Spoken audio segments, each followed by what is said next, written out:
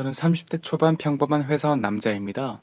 서울에서 쭉 지내다가 갑작스럽게 공장이 있는 지방에 지사로 발령이 났어요. 어차피 1년 정도 있다가 다시 서울로 올라가야 해서 회사 근처에 작은 원룸을 하나 구해서 살고 있었습니다. 저희 회사 공장 말고는 별게 없는 시골이라 그런지 한적하고 제가 살고 있는 건물의 2층에는 저 외에는 다른 집은 없는 것 같았어요. 그런데 며칠 뒤 퇴근해서 집에 오니 옆집에 문이 열려 있고 사람들이 열심히 이삿짐을 나르고 있었습니다. 제가 집으로 들어가려고 하자 저보다는 나이가 좀 있어 보이는 아줌마가 저에게 인사를 했습니다. 저는 대수롭지 않게 인사하고 방으로 들어왔어요. 그런데 다음 날부터 옆방에서 밤마다 수상한 신음소리가 들리기 시작했어요. 처음에는 남녀가 사랑을 나누면 그럴 수도 있다고 생각하며 참았죠. 그런데 하루를 거르지 않고 매일매일 신음소리가 나는 겁니다.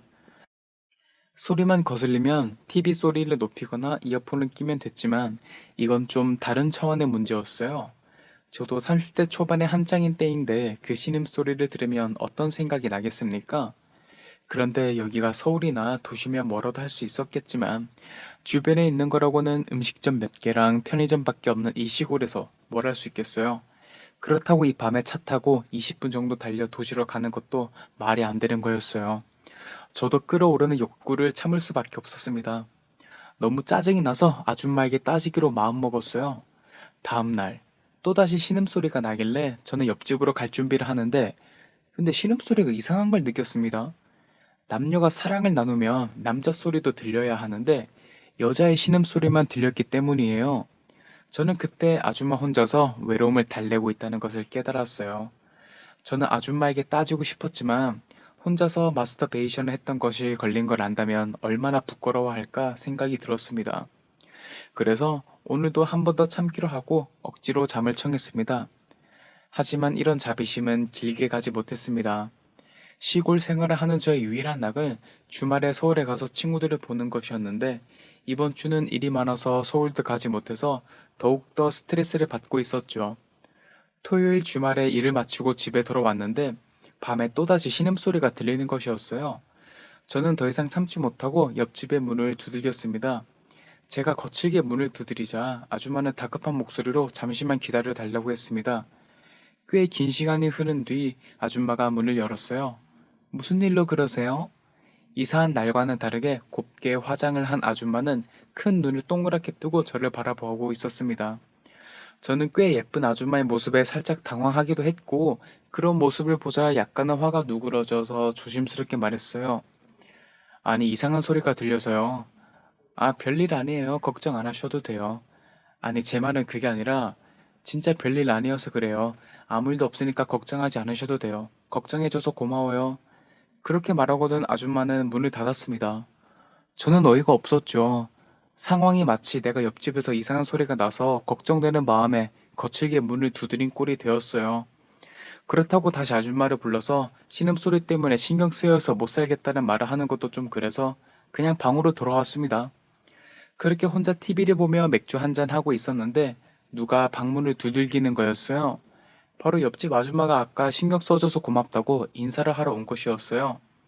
아줌마는 제가 과자에 맥주를 먹고 있는 것을 보고는 안쓰러웠는지 아직 저녁 식사 전이면 자기 집에서 같이 먹자고 하는 거예요. 저는 밤마다 나는 신음소리가 신경 쓰였다고 말할 좋은 기회라고 생각해서 아줌마의 집으로 저녁을 먹으러 갔습니다. 아줌마의 음식 솜씨가 꽤나 훌륭한 곳도 있었지만 매일 밖에서 밥을 먹다가 오랜만에 집밥을 먹으니 밥이 너무 잘 넘어가는 거였어요. 그런 모습을 아줌마는 매우 흐뭇한 미소를 지으며 보고 있었습니다. 그런데 분위기가 좀 부드러워졌을 때 저는 조심스럽게 물었습니다. 저 그런데요. 매일 밤마다 이상한 소리가 들려서요. 좀 신경이 쓰입니다. 아, 다 들렸구나. 미안해요. 앞으로 조심할게요. 아줌마가 좀 부끄러워하는 것 같아서 저는 일부러 다른 말을 했습니다. 아니에요. 저도 TV 크게 틀어놓고 그러면 옆집에서 다 들린다고 그런 적 많거든요. 총각은 참 마음이 따뜻한 사람이네요. 네?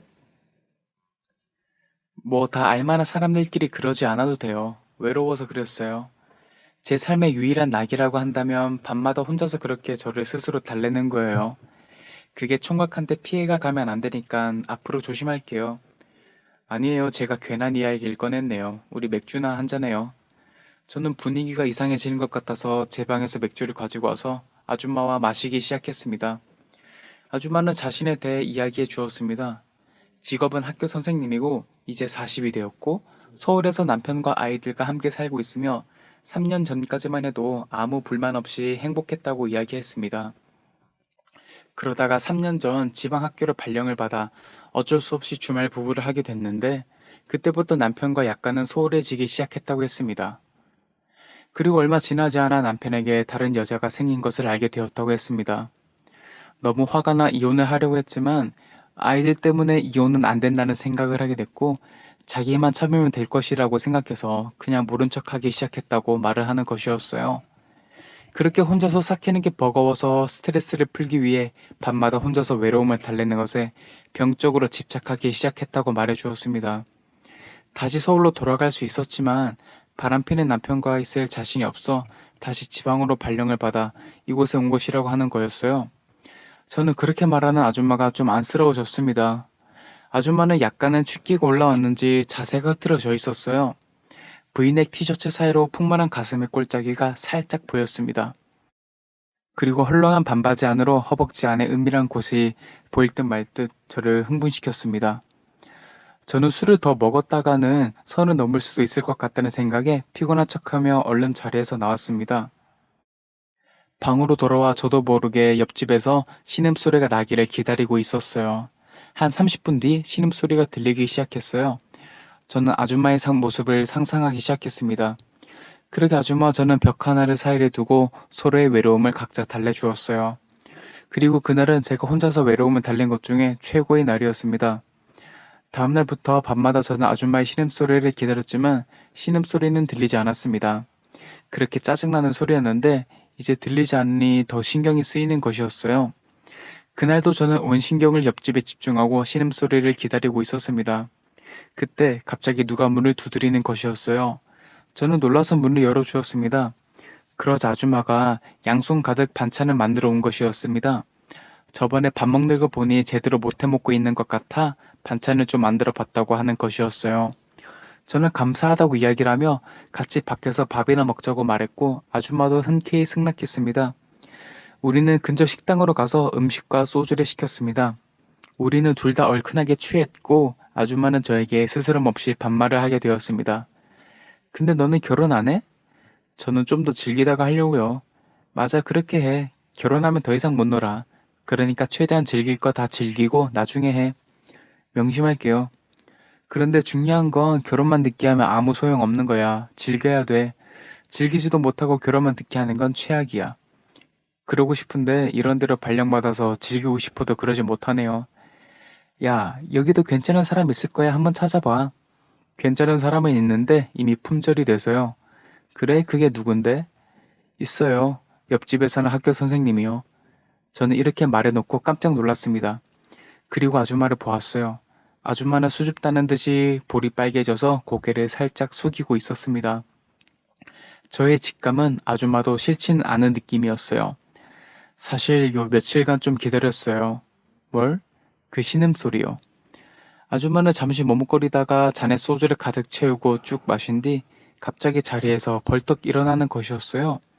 그리고 제 귀에 대고 간드러지게 말했습니다. 1시간 뒤에 내 방으로 와. 자기한테만 내 비밀을 보여줄게. 그렇게 이야기하고 아줌마는 식당을 나갔습니다. 저는 계속 담배를 피며 쿵쾅거리는 가슴을 진정시키며 드디어 1시간이 지났습니다.